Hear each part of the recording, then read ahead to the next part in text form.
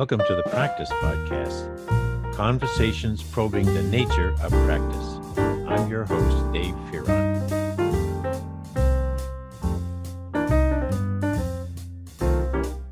Once again, I'm having a conversation with Tom Casey, whose collaborative partners are in touch with many senior leaders of all kinds of enterprise, in part because they're serving them as consultants.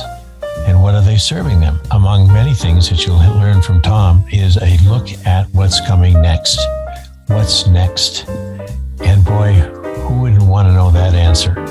Now, Tom's not claiming absolute accuracy in that answer, but he is substantiating in our conversation today that they have been noticing trends, in particular in this case, around attracting and retaining the workforce that have probably in our lifetime never been more poignant, because this is a moment when people are deciding, having saved their lives one way or another for this moment, that they want to be sure that they spend their lives wisely in that regard. Whenever they're employed for a practice that they care to grow, they want to be employed in a different way than perhaps I've ever heard before, at least as a matter of emphasis. So let's listen to Tom rather than have me steal his thunder. He's got lots of thunder to offer us. This is Tom Casey. I'd like to say by popular demand, Tom Casey is back for another podcast conversation. And in ways it is a popular demand because, well, sometimes we never know how many people listen. I know at least one person, Carol, who said, please, let's have another Tom Casey. Okay, Carol, this is for you. Tom is the practice manager. I always think probably one designation for the collaborative partners. To make sure I get that right, Tom, correct me right now. Discussion partner collaborative. I got it right, wrong, yep. Right, but built this very unique organization that has tendrils, and a good sense of tendrils. They're always, while they're doing their work, putting out their feelers, doing a lot of trend analysis and things that come out, in the atmosphere, but also have a feel for what's actually happening, in quotes, on the ground. And I think that makes Tom a unique observer and interpreter, if you will, of what's going on these days in the way of practice, and particularly the practices related to being a senior leader in a crazy time. And beyond that, people who are saying, hey, I'm not growing in this work. I need to be somewhere where I can grow, which is a signal to me that they have a sense of practice in them, that they want to continually improve and not just rely on the employer setting to do that for them. So, Tom, welcome back. And did I mess up your introduction? No, but I feel the need to thank Carol, apparently my only listener, and also to share a, back in the long ago story through my sister's then husband, to hang out in New York Saturday Night Live days, early days. And there was a segment I vividly remember. Jim Belushi was the host, and it was called Hello, Trudy. And apparently Trudy was the only television watcher for his show. So I'm feeling somewhat like Jim Belushi as we continue into this. But no, thank you very much, David. It's great to be back with you. What's going on out there? This is I think February 1st, 2022, 2 years. We've all survived so far, and geez, what's going on out there? Well, I think that there's so many, where do you start? We could go to the Ukraine, we could go to, the COVID resurgence, we could go a lot of different ways. But I think that the one that is getting people's attention right now is the ability to find and keep good people. Yes. Okay. I mean, as recently as today, was February 1, CNN had an article and it was talking about the numbers that came out from last year. 73 million jobs created, but and about 65 million people who left the workforce. Almost 45 million of them left voluntarily. That's a big number. It's huge. It's huge. And you know, I mean, the thing that you and I have talked about in the past, and I just want to reset here, is Discussion Partners at its core is a research advisory firm. Yes. Okay. We try to do via our Pulse Survey network and our relationships, try to stay a chapter ahead of what a problem might be.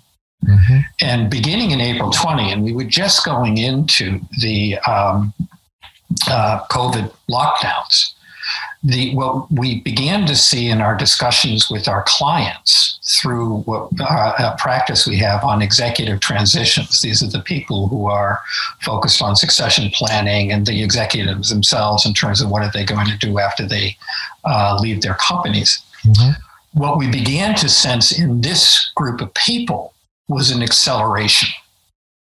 The people either had already decided or were thinking, I'm not going back because of a life is too short mentality. Or if I do go back, I'm not going to stay long. So we started monitoring that because we were very clear that it was going to impact succession plans for our clients, high potential development plans. We had a book that came out on leadership development, The Next Curve to Flatten, right around that time, focusing on the high development plans. But now what you've seen coming into the late 2021 is everybody's got a title. The Wall Street Journal refers to it as the Great Resignation. McKinsey, never to be outdone by the media, calls it the Great Attrition. Okay. Discussion Partners internally, we refer to it as the now what.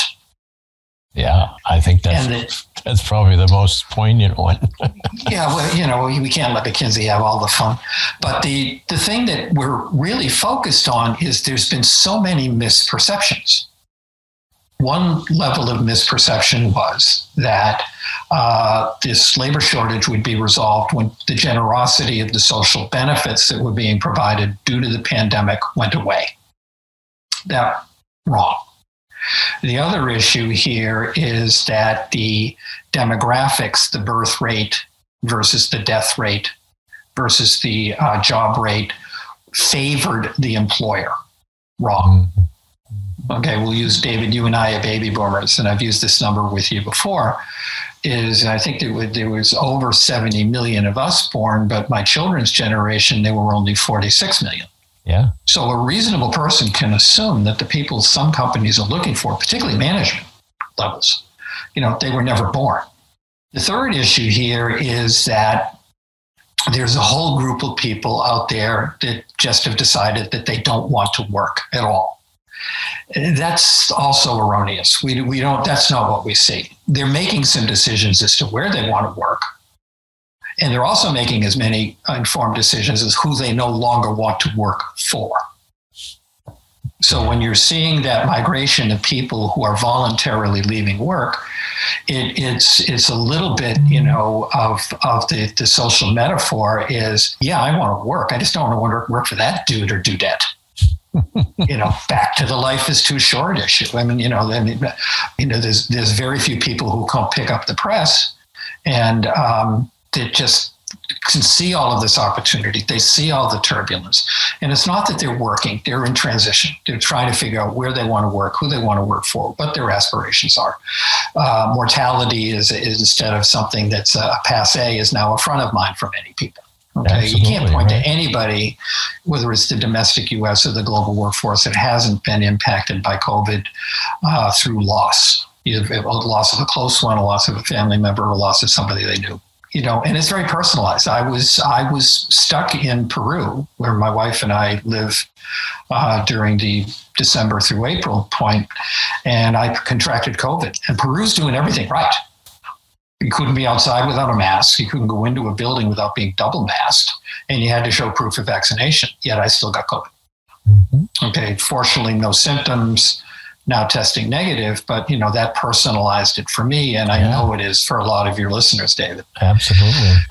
So if you look at the Great Resignation, I want to give you a case study.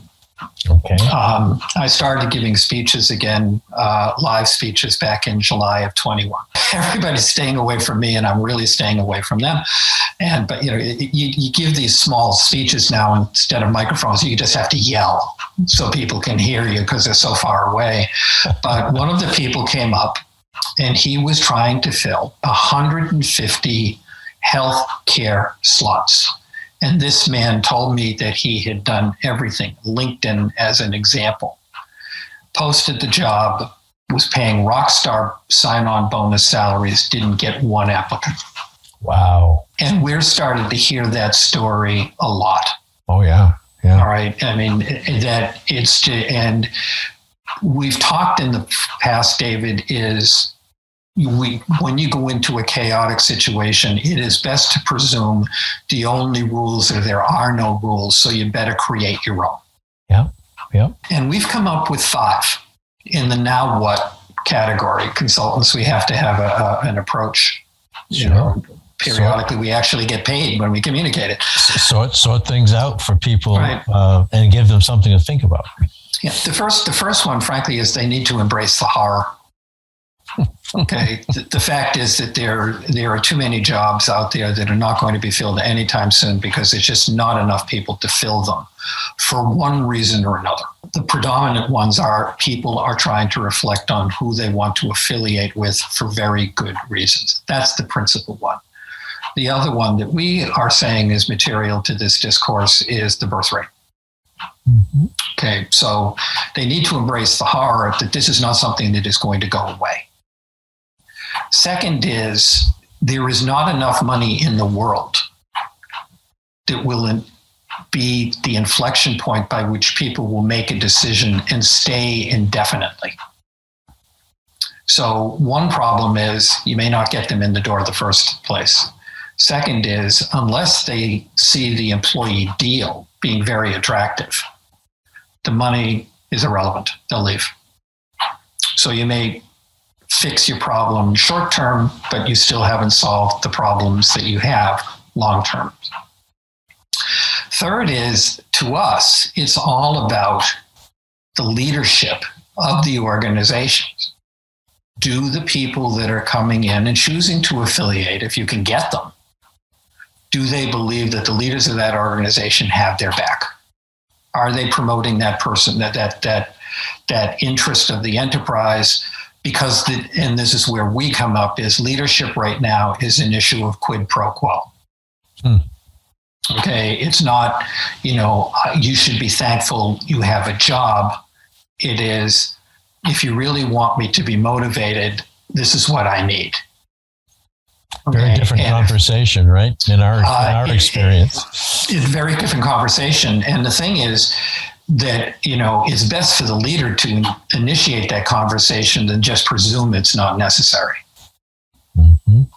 The fourth issue here for us is the criteria that we are seeing that leaders need to become expert at is empathy.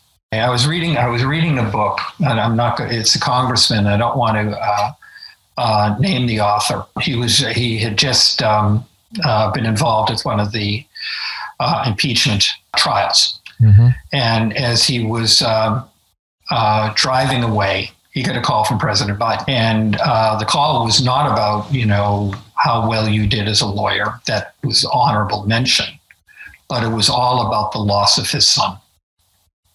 That's right. He had just lost it before that hearing. Yeah. He does. The congressman from New York.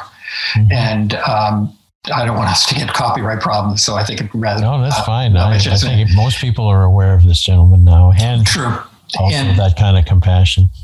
I did not realize I did not realize until I read it in his book over the weekend. Okay, and President Biden lost his son as well. So that's a pure instance of empathy and compassion.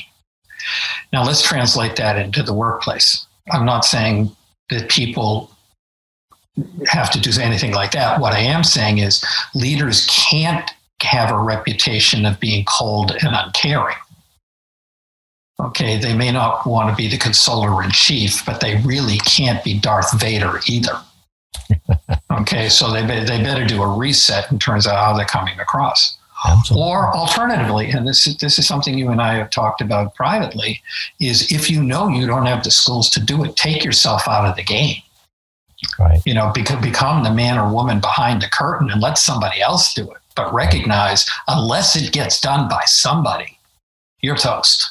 Those are the ones that immediately come to mind, and those are the top four. But the fifth one is, you really need to be monitoring what's going on in terms of taking societal stands. Time magazine had an article that I think it was about 2 weeks ago, and it was talking about companies in Europe who were taking stands on climate change.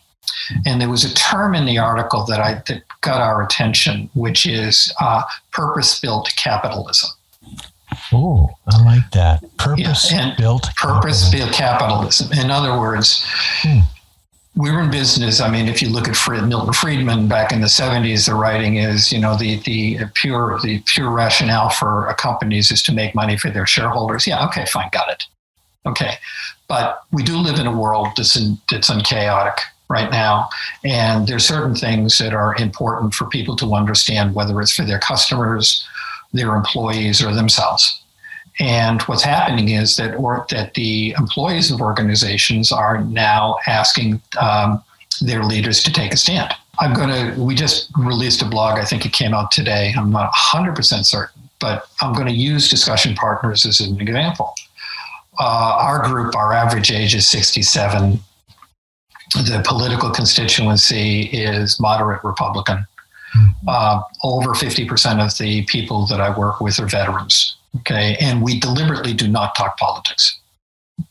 Okay, that's off the table. We will talk about the origin of the species, religion, anything. We just don't talk politics. I mean, during the previous administration, it became too intense.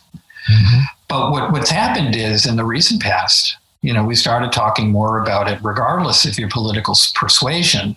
What is the thing that's bothering you the most? Okay, and frankly, it was voters' rights. That's right. That was one of the things that unanimously, of the 60 some odd people that I'm interacting with the most, that's bothering us.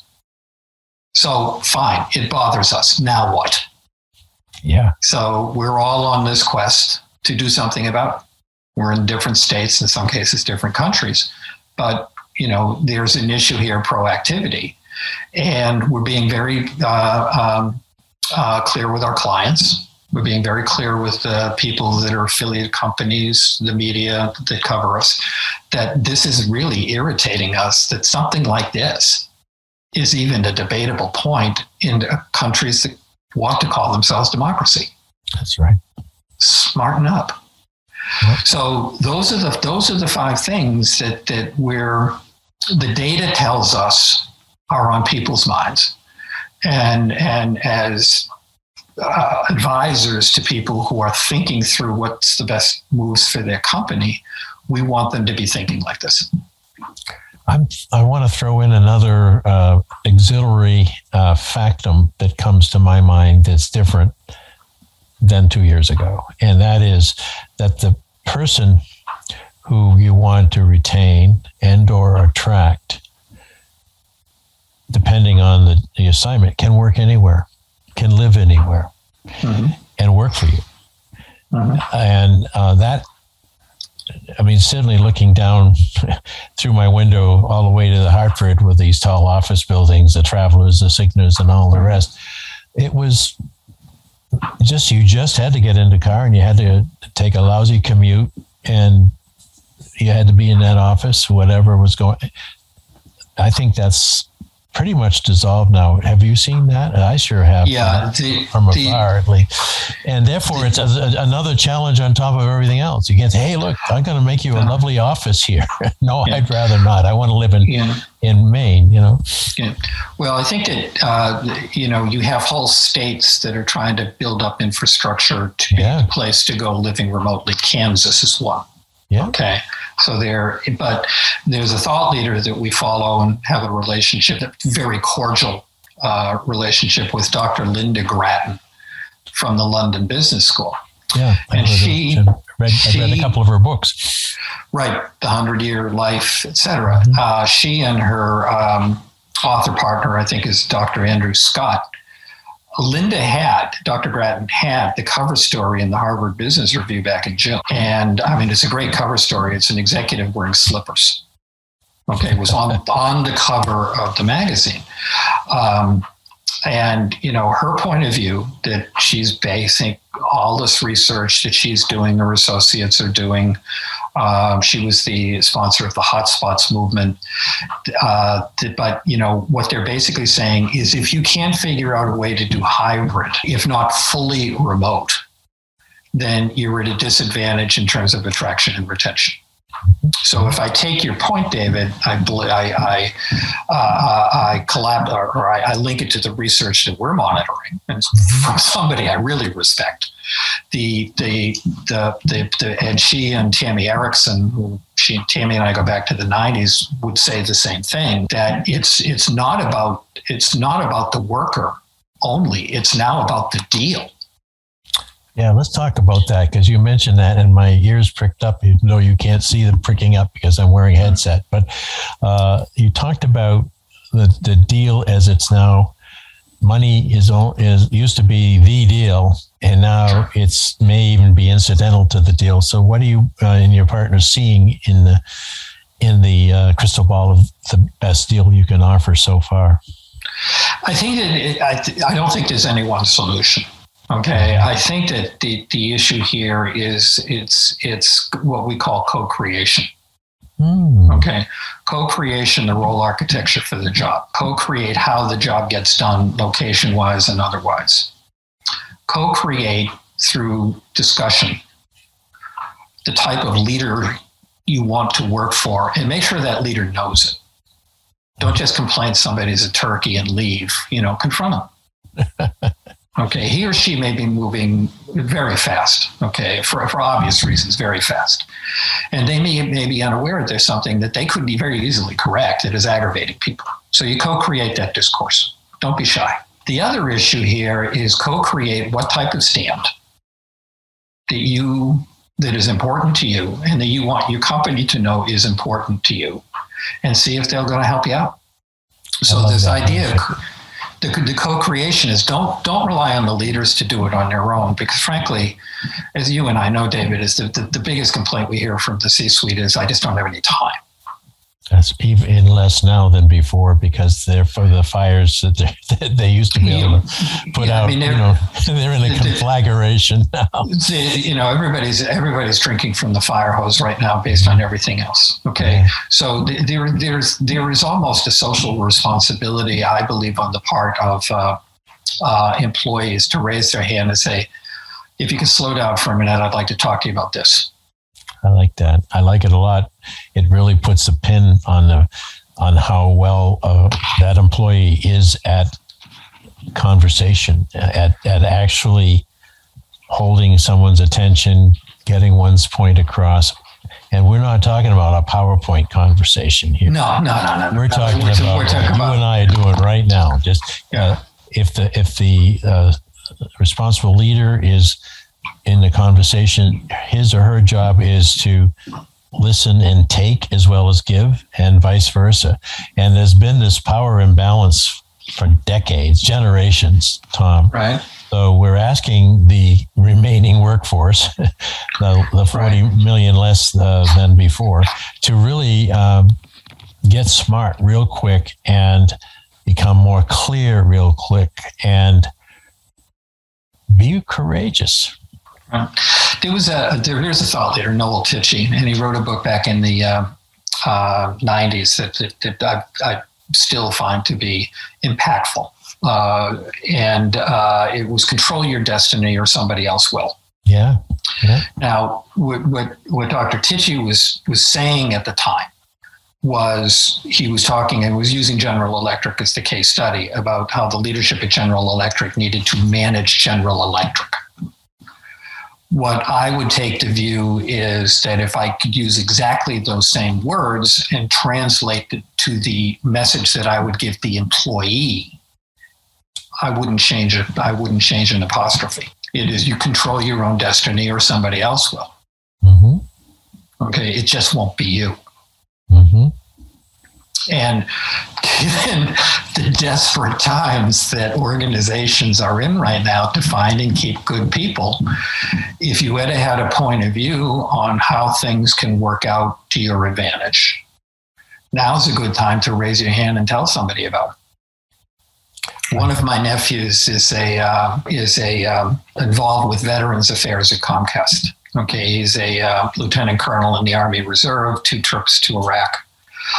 One of the smartest and of my very large American-Irish family, the one whose moral compass has always stood out to me since he was a little boy. Okay, and I see on LinkedIn and I see on some of the correspondence he and I have privately, how committed that organization is to Veterans Affairs, what they are doing for veterans. That's not just out of the goodness of their heart. It's just because it's good business. Good business.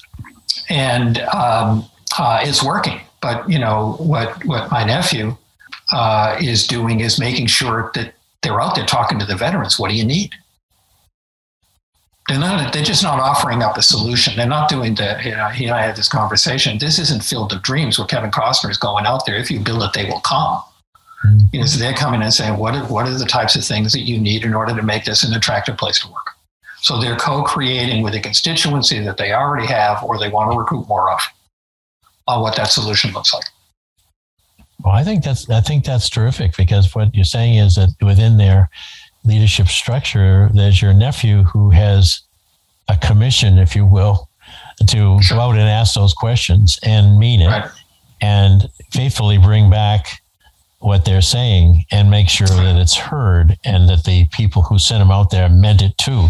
So I can't imagine that he would put up with tokenism or anything else on the part of the senior folks if he were in conversation with them and they said, well, just to give him this and leave us alone. I think that's probably going to be one of the most important roles. We used to say, Tom, to jump around here, that middle management was going to go away. Remember that trend? We all talked about it. And then somewhat had happened, the flattening of organizations and all of that. Well, I used to think that there's someone there who, if you kept her or him in that linchpin role between the decision makers and the people getting the job done, and really, really give that person authority to listen and to get some things done, that would have been a good thing to keep. Well, now I think it's time to bring that role back. What do you think of that? I don't think it ever really went away, but now it's becoming much more of an advocacy role. Yeah. I mean, one of the things that I was referring to is that within our community here, voting rights seems to be the concern. Okay, and one of the references that I use is, way back in the day, there was a singer. He was kind of more known for his comedic songs. It was a guy named Ray Stevens. He wrote Guitar Zan, The Silver Streak, or The Streak, I think, or something like that. I mean, really kind of funny songs, but he also wrote some meaningful songs. America, Everything is Beautiful. But one of his songs that didn't get a lot of play was America, Communicate with Me. And there's a stanza from it, that it's basically saying, I'm tired of all your protests. They're getting out of hand. All you politicians, you don't seem to understand. And I'm just a man in the middle doing the best I can. Yeah, there you go. Now we're right to the moment. and this is whether it's purpose-built capitalism, whether it's becoming more engaged, whether it's as an individual in the socio-political systems, if it's companies asking their employees what's important to you, like veterans from a place like Comcast, my nephew is involved with.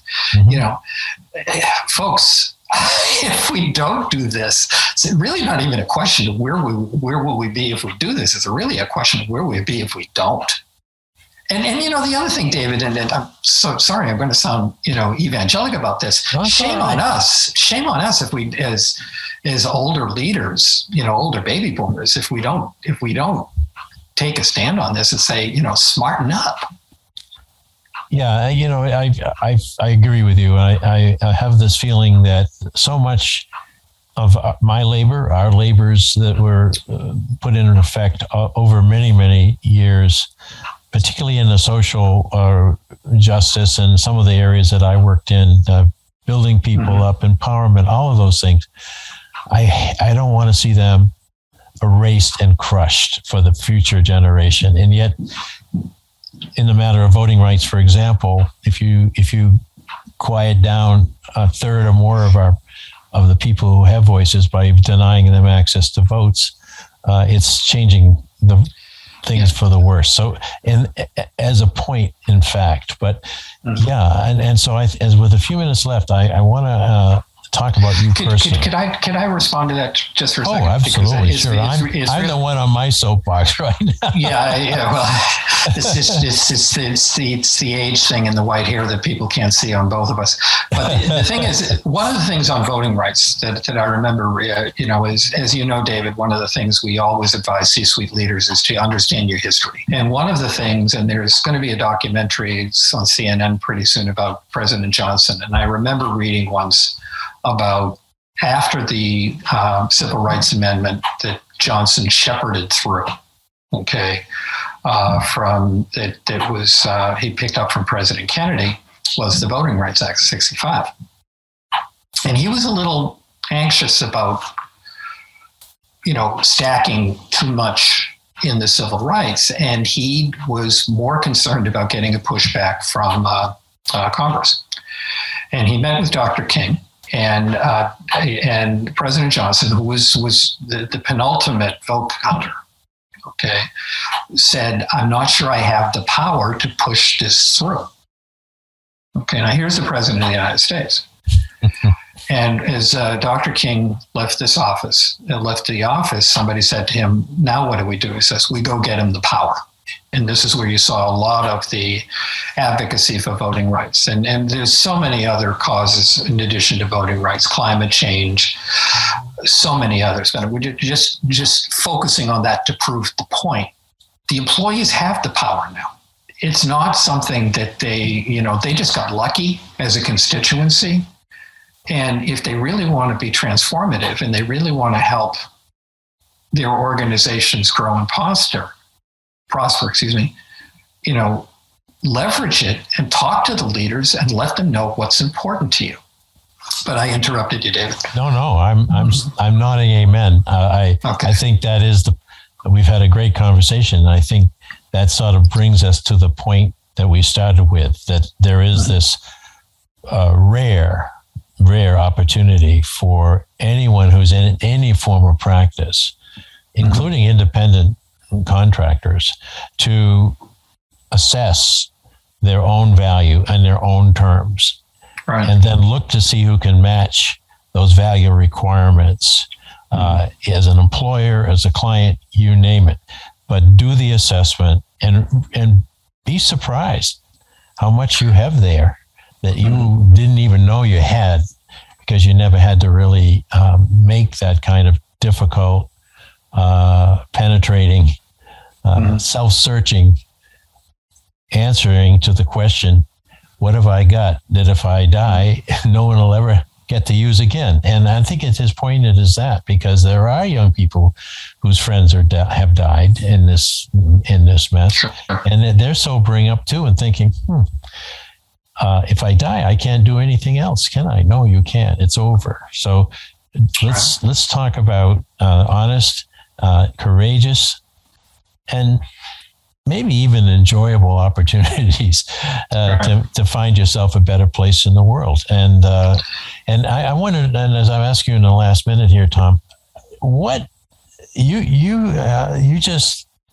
keep going, and why not just go to your nice place in Peru and sit on the beach, and don't they have beaches in Peru? Sit and looking at the mountains, and just like say, okay, my work here is done.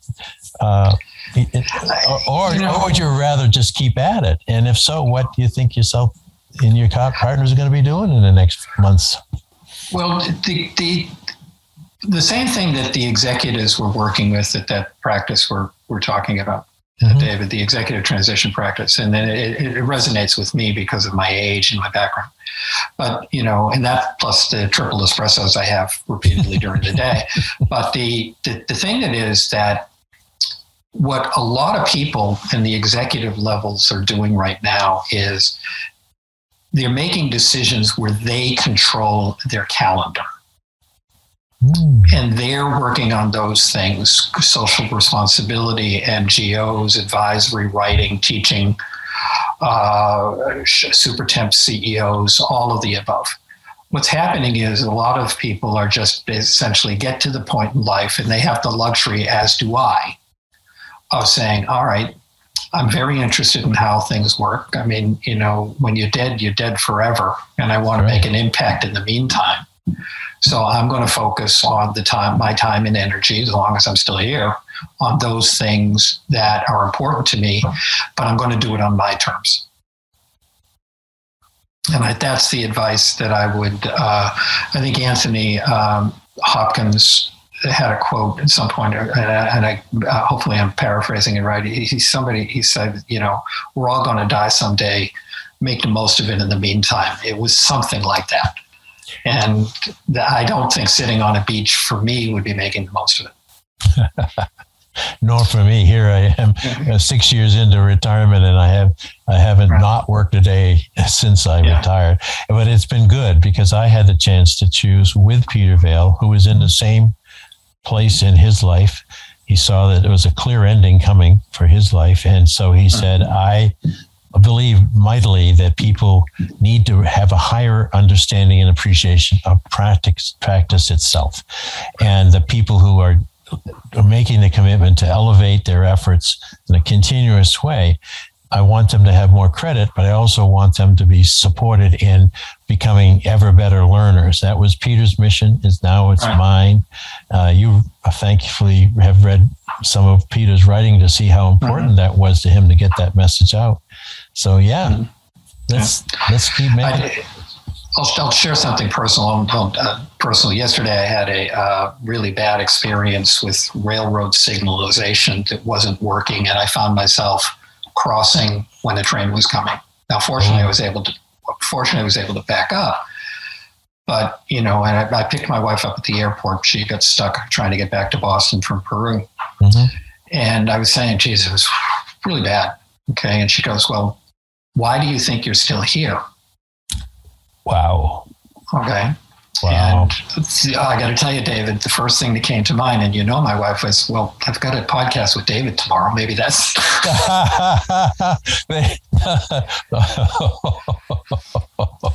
that's the right question. That was the right question. It's not, I'm so sorry, lucky to, okay, dude, there's other people who weren't as lucky.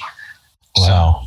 Well, I have to tell you that I'm sure that Carol is going to very much appreciate this conversation. Right. And one day I'll tell you her last name, and you can. But right now it's a podcast for Carol, and anyone else who's listening is going to have great benefit. Tom, thank you, really, thank you, and I'll be back. You know me, I'll be knocking on your door. It's great to see you, David, and talk to you. And please extend my regards to Carol. Bye-bye now. I will. Bye-bye. If you'd like to hear more, listen in on Spotify, Automatic, and Apple Podcasts, or go to inactionresearch.com/podcast-page. And if you'd like to learn more about social inaction and the nature of practice, head over to inactionresearch.com for more information. Thank you for supporting this show. We look forward to hearing from you soon.